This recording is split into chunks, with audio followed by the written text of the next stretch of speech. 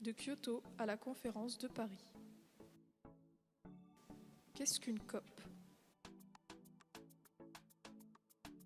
L'acronyme COP correspond à la conférence des parties à la Convention de l'ONU sur le climat. Elle est adoptée lors du sommet de la Terre à Rio en 1992. Son but, éviter le dérèglement climatique. Pour cela, tous les ans, divers acteurs tels que des observateurs composés de scientifiques, associations, chercheurs, ONG, entreprises experts, intermondialistes et lanceurs d'alerte se réunissent autour des gouverneurs des 195 États membres tels que la Russie, l'Allemagne, les États-Unis, le Canada, le Brésil, la France et le Portugal, faisant office de négociateurs. De Kyoto à Paris, quelles mesures? La conférence de Kyoto, appelée COP3, se tient en 1997, mais n'entre en vigueur qu'en 2005, suite à la ratification russe.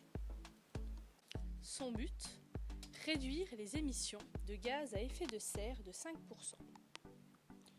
Pour cela, le processus se décline en deux phases, de 2008 à 2013, marquée par la COP17 à Durban, en Afrique du Sud, et la mise en place d'une plateforme instaurant un dialogue post-2020 entre tous les pays sur les enjeux climatiques.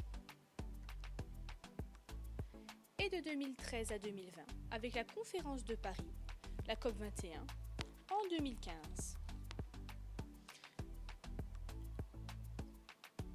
De ces négociations, 4 enjeux majeurs y sont dégagés.